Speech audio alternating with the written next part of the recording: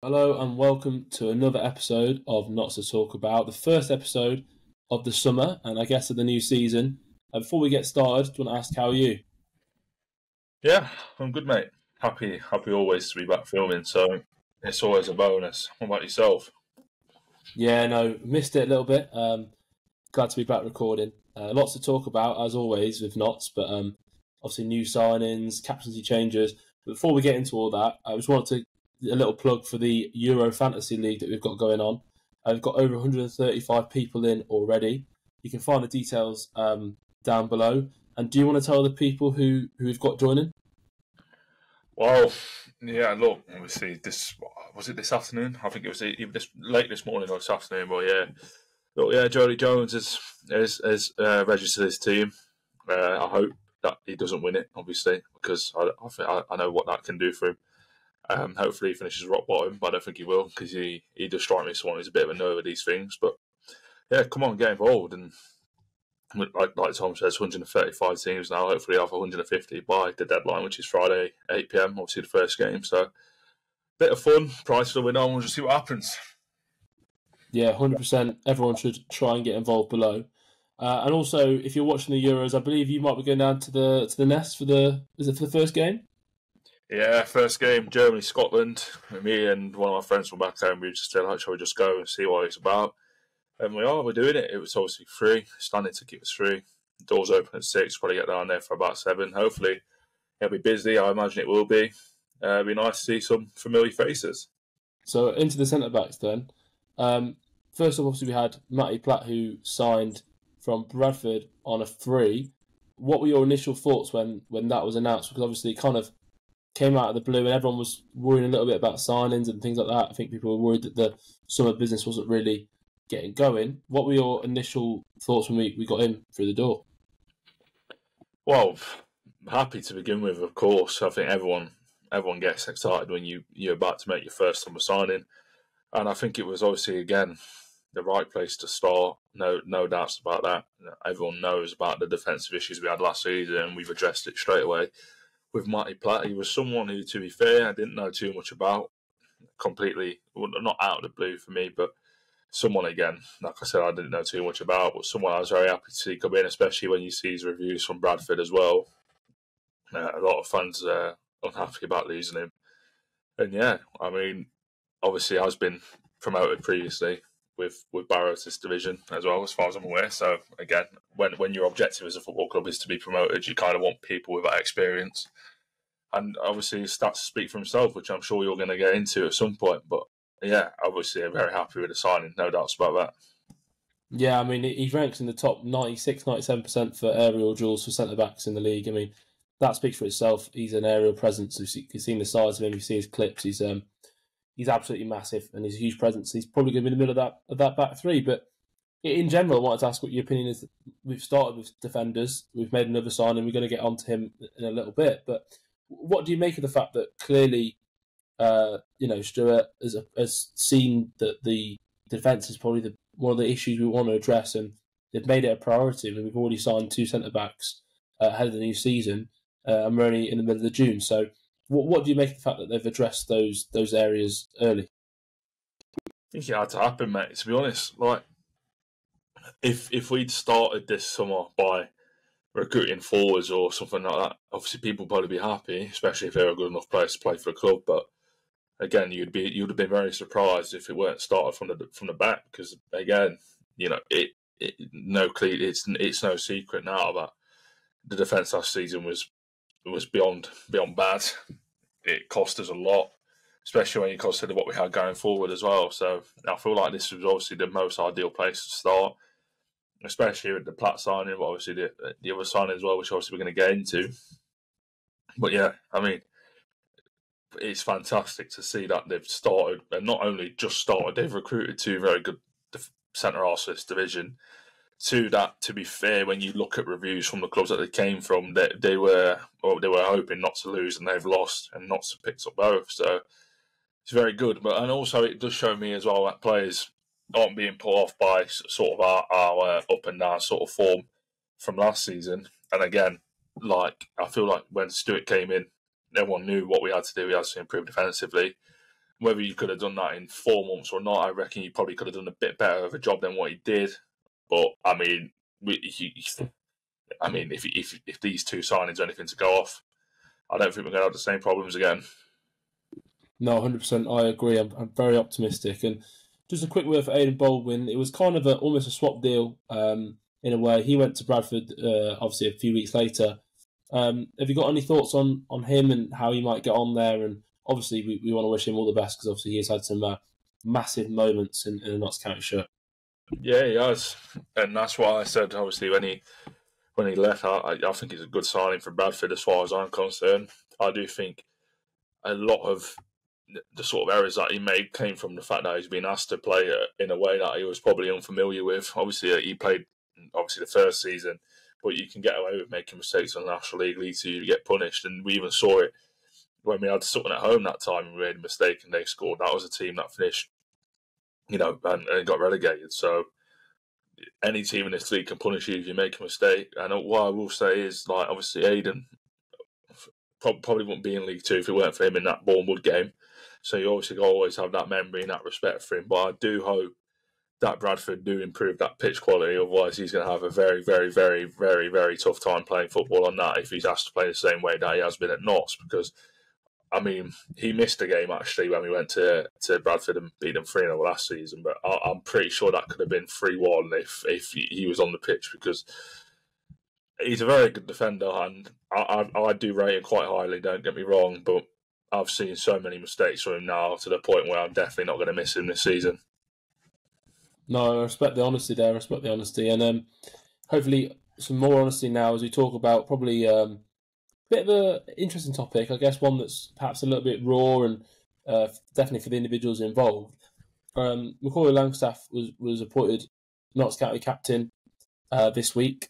And it also meant that Carl Cameron had lost his captaincy and Matty Palmer stays as the vice-captain or comes in as vice-captain. So it's not...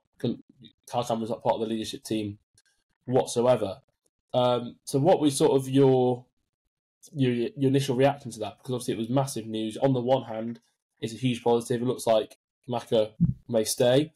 But on the other hand, you've got Carl Cameron, who's been a fantastic servant for the club, obviously a big part of the promotion, whose position is maybe in doubt. And I guess we can also start to bring in Jacob Bedell here, who's signed a left-footed centre-back, and it looks as though his position is even further in doubt. But we'll come on to that. What was your sort of initial reaction to him losing the captain's armband?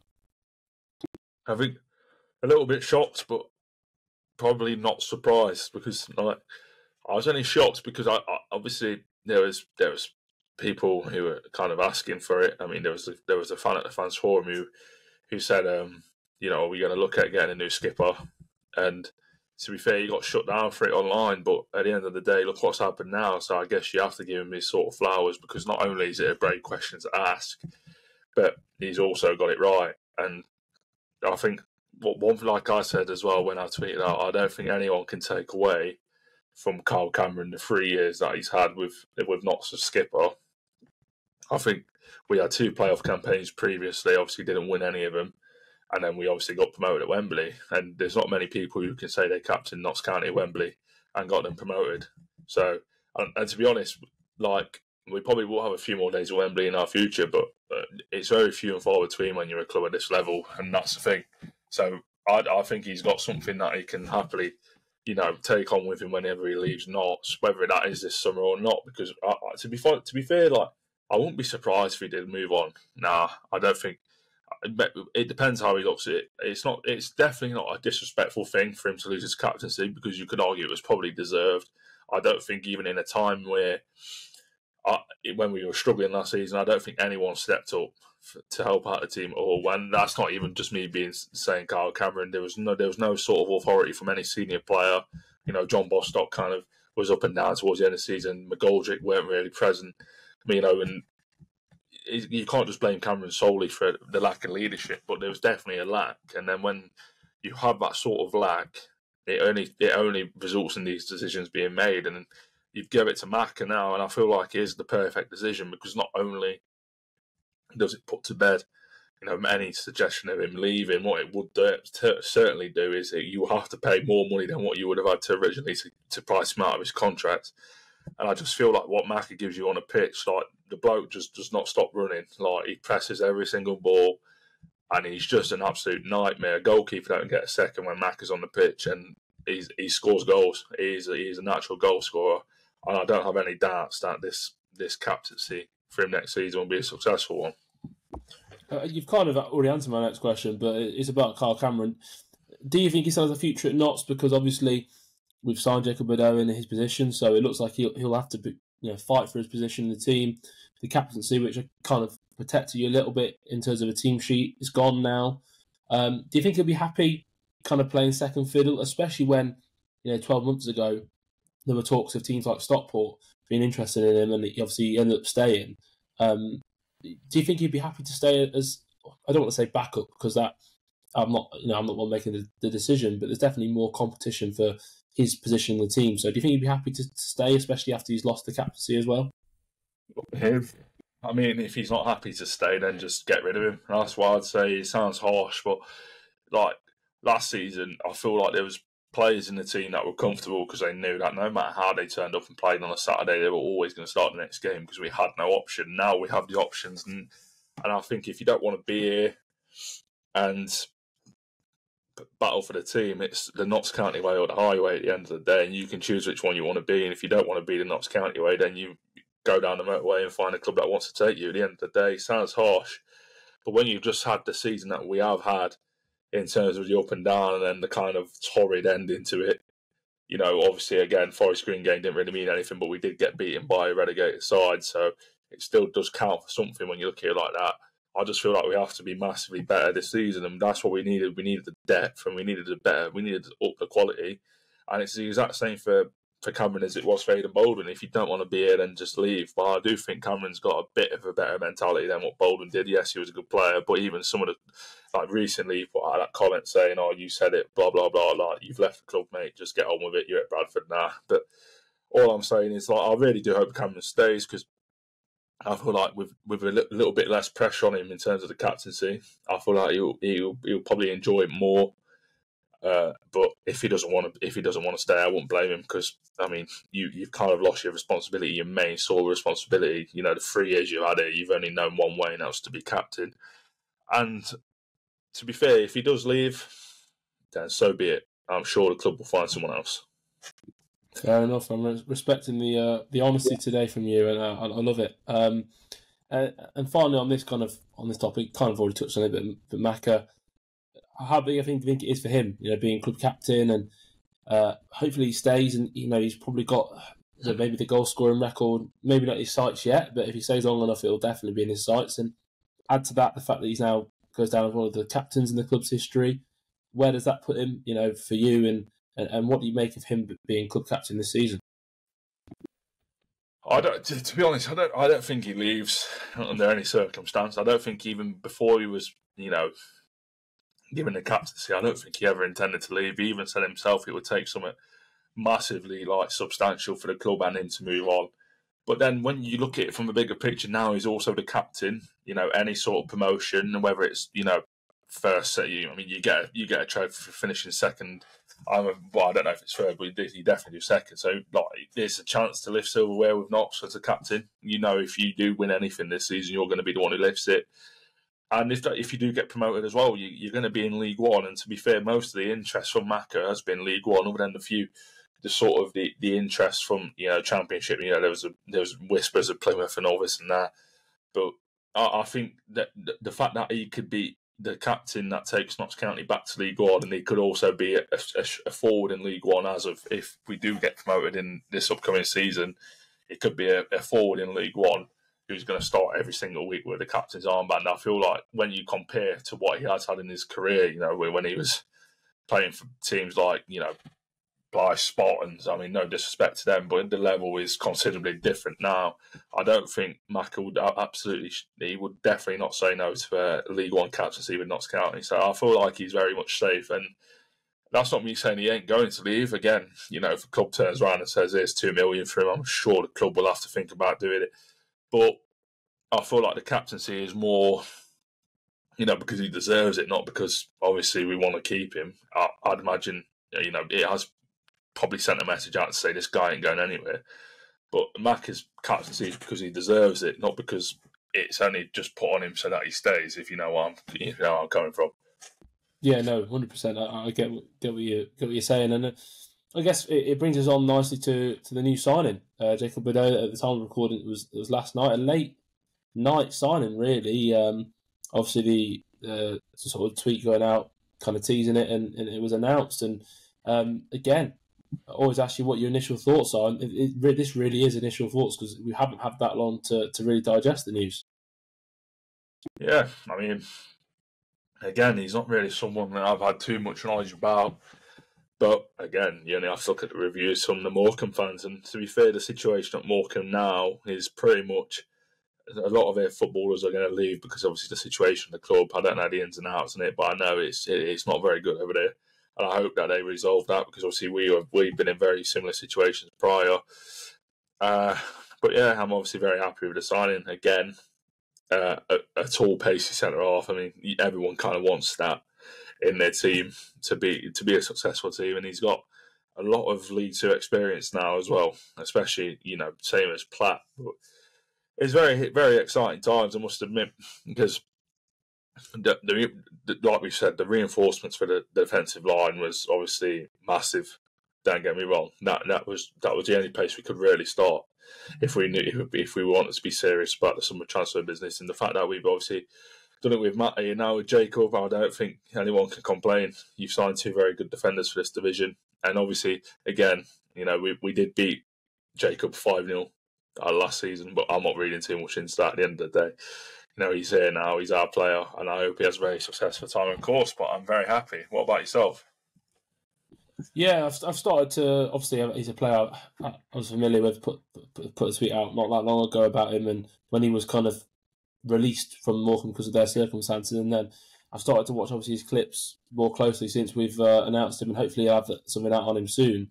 For what I can say about him, he is very quick. He has got that kind of the pace that maybe we lost for Aidan Baldwin leaving the team. We've kind of replaced that. Obviously, he's a left footer, so he plays predominantly the left of a back three or back four as a left centre back.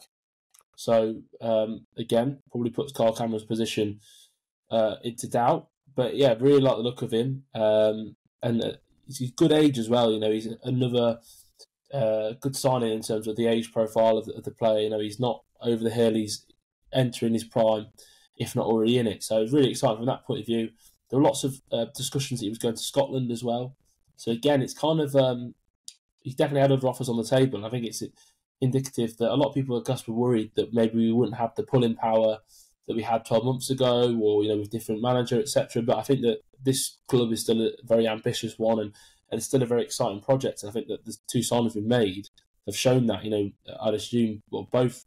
The Platt definitely was one that Bradford fans didn't want to leave, and he's left them for us. So two really exciting signings from that point of view.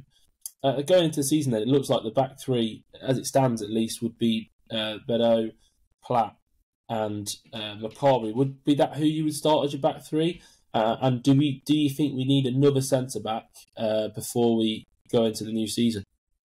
Well, I think whether I think we need one or not, I do think we will sign one. I mean, there was talks that Terrell Thomas kind of like drifted a little bit now, but that don't mean the interest isn't still there. Things can go quiet. Knott's definitely like to be a quiet team about their business.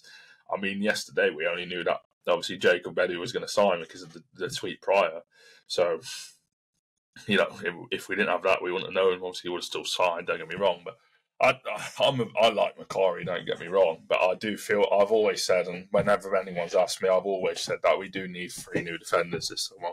I feel like we needed to click reset with that sort of department of our team.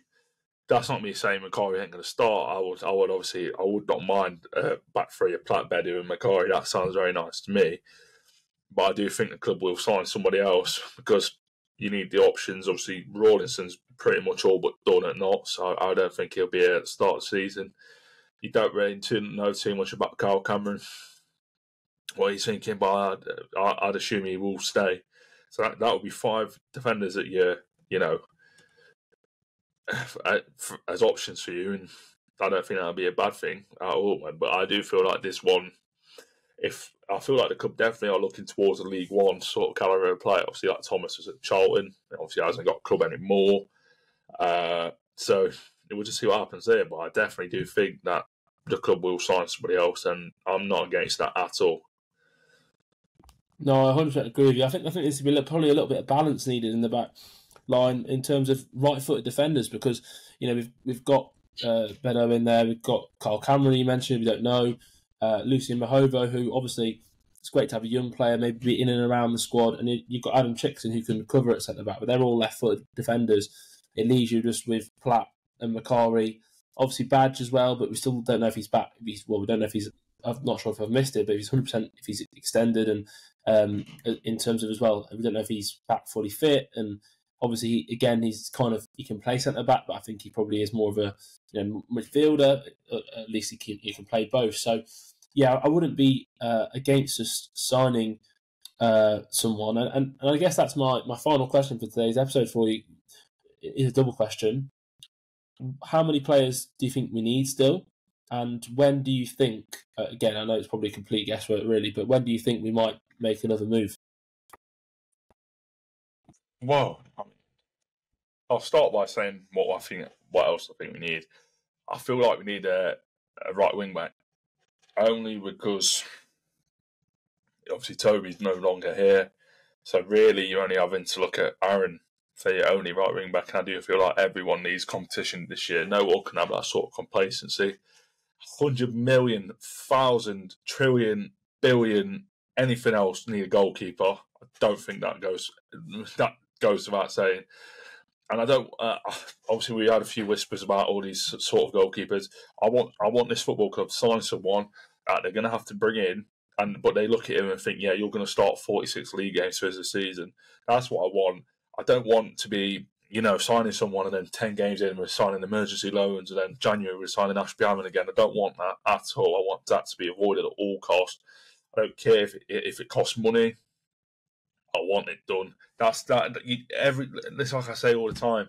Like, you look at the promoted teams last season. They all had a goalkeeper. None of their supporters turned up to their football matches and thought any differently. They knew that man was going to be in goal, and that's what I want this season. I don't want to be on a bus somewhere on a Tuesday night and claim guess who about who's going to be in goal. I don't want that anymore. I simply want. I don't care if he costs £1 million. I don't care if he costs 500k. I don't care if you get him for free. As long as he's someone that you're going to have in goal for 46 games in the season, I don't care. I'd say probably you probably do need a centre midfielder. If you look at you got Robbo and Matty Palmer, obviously Geraldo if he re-signs, which at the minute I'm not sure what's happening with. I have had a few conversations with him, and I don't think he knows as of right now either. That's all I can really say on that. But I think either way, you're going to sign somebody in the midfield department, maybe one or two, not too sure. The number 10's pretty much sad. I mean, you've got Crowley, Didsey, Sam Austin. You don't really need too much else. I might be missing someone off the top of my head.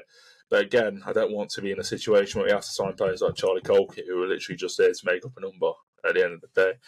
And, the forwards, Maka and Alessandro, I don't think we need. To be fair, I'd take a new striker if the club wanted to treat us as a new striker. But I feel like we've got plenty more signings to come, and I think that's the most exciting thing.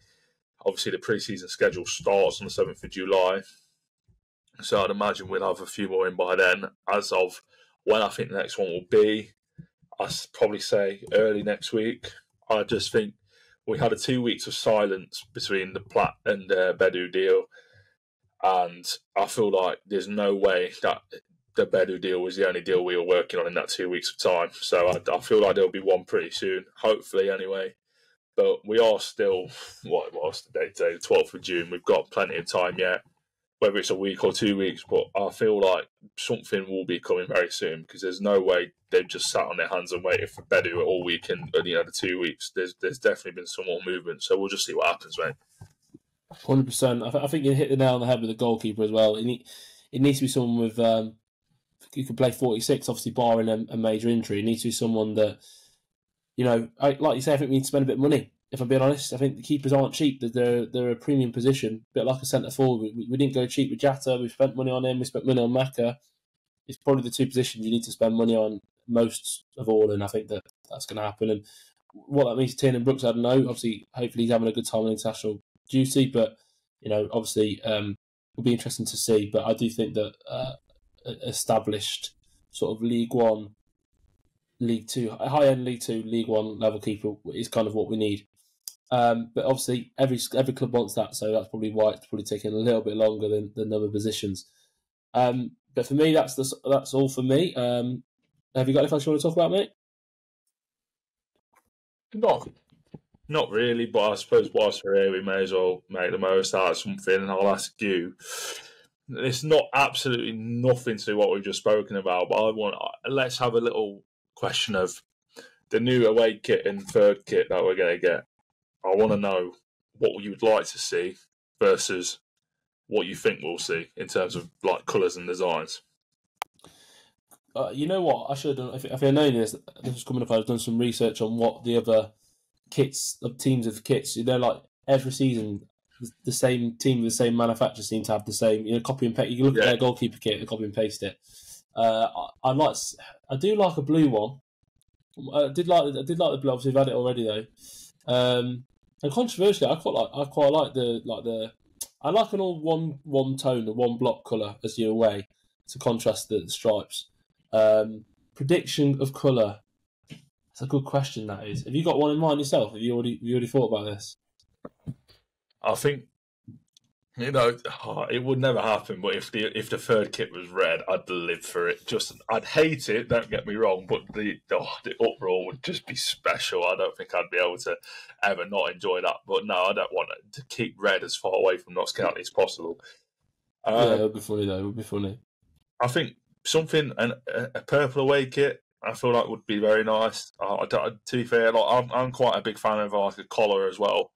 So if you could get something like purple kit, maybe like some trimmings on the arm and then a collar as well with a different shade, I won't be against that. And then the third kit, I'd chuck anything on that, any sort of colour. I'd make something that is so disgusting at first sight that people start to hate it, but then eventually start to love it, and then I hope it just goes down in the Hall of Fame of Notts County kits. That's what I'd do with a third kit, but in reality it won't happen because Puma are very copy and paste, and we've seen it all along, so who knows what's going to happen, mate. Yeah, no, that's what I was going to say when I was in the block colour. I actually quite weirdly like the purpley one we had, the lilac kind of colour. I quite like that one.